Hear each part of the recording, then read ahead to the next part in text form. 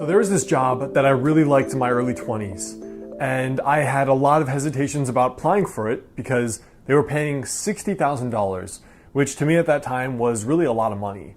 And I wasn't really sure if, frankly, I was good enough for that job that paid $60,000. So I actually never ended up applying for the job, even though I was really passionate about it and really thought there was a small chance that I could get it, but I never applied. Fast forward a year later, I met someone working at that exact business, and they said, you know what, we saw that you were applying last year and you would have easily had that $60,000 a year job. Why did you not apply? What I realized later, it was because of my own self-esteem and my self-belief that I wasn't worth $60,000 a year. Now I later learned and have later read that there are 100 times as many applicants for the lowest tier of jobs as there are for the higher tiers, even making 100K versus 40K. And it's not always because of the differences in skills. It's the differences in self-esteem and belief. If you believe you're willing to do the work of a 60 or 80 or 100K or 250K job, there's a much higher chance you can get that even if you don't have the skills right now. But in this video, I want to share why so many of us have low self-esteem and lack self-confidence.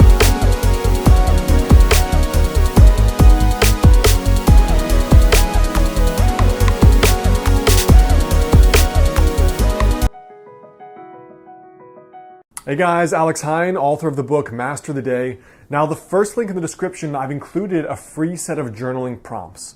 There's one free journaling worksheet that you can use to help gain insight into your life, kind of get your life together, and plot a course going forward to build your most exciting year.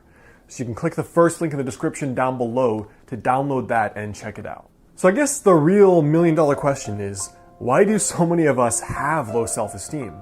I mean, if self-esteem determines everything you do in life, jobs you apply for, dating and marriages that work out or don't work out, going after your dreams, your goals, what determines that? The first thing is really your parents, because you can have parents that are like, you know, I know you did your best and I'm proud of you, but you can do better. Now compare that to, you're a piece of shit, Kelly. I told you if you don't get A's, don't even bother coming home. What do you think that does to a kid? It also happens through school. So I was bullied a lot in school, and a lot of other people, besides being bullied, they have these beliefs about being good at sports or bad at sports, smart intellectually or dumb intellectually, and we develop these stories, these narratives about our own self-identity. And sometimes it's just life. So sometimes maybe you get into relationships over and over and over, and they don't work out due to you, due to something you do or don't do. And after 5 failed relationships, you're like, maybe I'm just a messed up person. Like maybe I'm always in these bad relationships because I don't deserve a good relationship, or there's something deeply flawed and wrong with me. That stuff gets under your skin. But I don't want this video to be why we have low self-esteem. And self-esteem is the thing that will determine your trajectory in life. Because if you don't even believe you can do it or you deserve it, then why bother even trying? And think about what that does in love and work and just being happy. So there are 2 things, 2 processes I went through over a period of about 10 years to really dramatically improve my self-esteem to the point now where I think I can pretty much get almost anything I want, almost with no exceptions.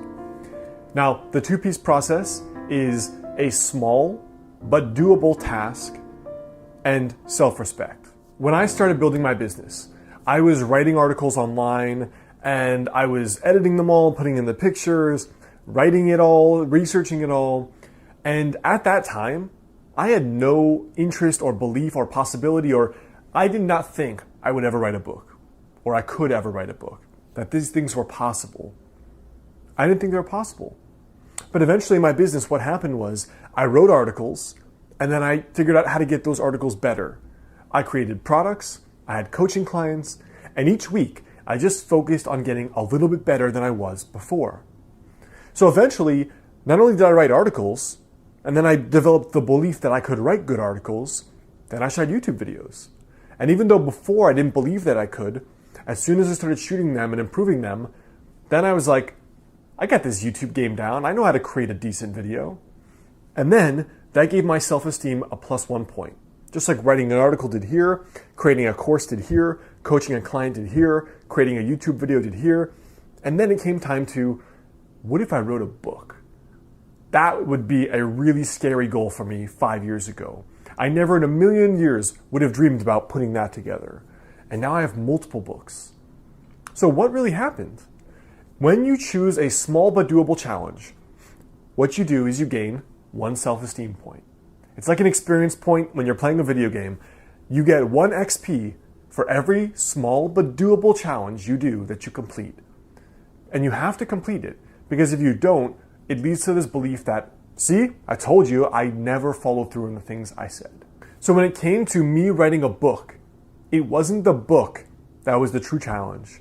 It was the 100 things that came before that gave me the self-esteem and the confidence to even try. So in your life right now, try to find an area where you can challenge yourself enough that it's both a challenge and it's something doable that you can complete. Run a mile, write an essay that's something you're passionate about, knit a scarf, ask out one person that's low risk and not that scary. Find a small but doable challenge every day. The second part of developing self-esteem is practicing the skill of self-respect. Because if you don't respect yourself, there's no way you can have confidence when you're encountering adversity in life. When I was in my teens, the first girl I was ever really into that I felt, the butterflies around, when we were seeing each other casually, it never really bloomed into a true relationship. When I was around her friends, or my friends, or just in general, sometimes she had the habit of actually criticizing me in front of other people.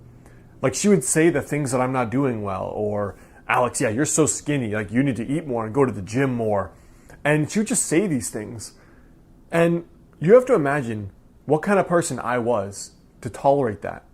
How low and where my self-esteem must have been to kind of tolerate that crap, because no one should have to. And it doesn't mean there's not things you don't have to work on. It doesn't mean some of those things weren't true. Some of them were. But tolerating someone doing that behavior in front of other people, or even just one-to-one, my self-esteem was low enough that I felt I was so grateful to have her, it was worth me tolerating this shit coming out of her mouth. Now the thing is, a person who really likes themselves would never tolerate that kind of behavior. If you really like and you genuinely love yourself, you wouldn't tolerate that behavior.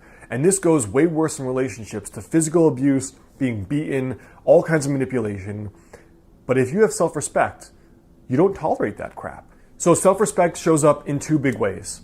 It shows up in treating yourself well, which means if you fail at something, rather than being like, I'm such an idiot, my mom was right, I'm such a dumbass, I'm never gonna succeed, it's, all right, I know you can do better. You're doing great now, but you can do better. I know it. So it's being more gentle with yourself, but firm. And the second part of self-respect is respecting yourself enough to not tolerate crap from other people, to say no to other people, to say this is my standard, meet it, or piss off. That's what a boundary is called. So self-respect comes from treating yourself well and liking yourself well enough that you don't tolerate poor behavior from other people. So in your own life, just reflect on this. Where are you not treating yourself well because you're tolerating the crap from other people? So in dating, you're tolerating people being late, calling you out publicly, saying mean things, not treating you well. When your standards here, they're here, but you're tolerating it for some reason. Or with friends. Maybe you have friends that some of them are more flawed than others. Some friends are negative. Some don't show up for you when they say they will. Some say some things and they never back it up with their action. That's you tolerating that behavior rather than drawing a boundary and saying, guess what? That's not cool that you do that. And if you do that again, I don't want to hang out with you. Because there's plenty of humans in the world that I can be friends with that are positive and inspiring, and you're not being at that level right now. So that is the self-respect of don't waste my goddamn time because I'm doing things and I don't have time to be around people who don't respect themselves or respect me. All right, guys, deep video here, but this is literally the most important topic in the world, because if you don't believe in yourself enough, you'll never try to do the things that are valuable and important to you in life. And it comes down, for me, to a small but doable challenge you regularly do, and also the self-respect of treating yourself well when you're by yourself and treating yourself well by not tolerating poor treatment from other people in your life. So I hope that helps. Of course, if you want to reflect on this more, the first link in the description is for a journaling worksheet that can help you plan out your year, but also really kind of get your life together, get it organized, deal with some of these stories and past experiences that may have affected your self-esteem. So you can check it out, the first link in the description, and then check out my last videos there and there.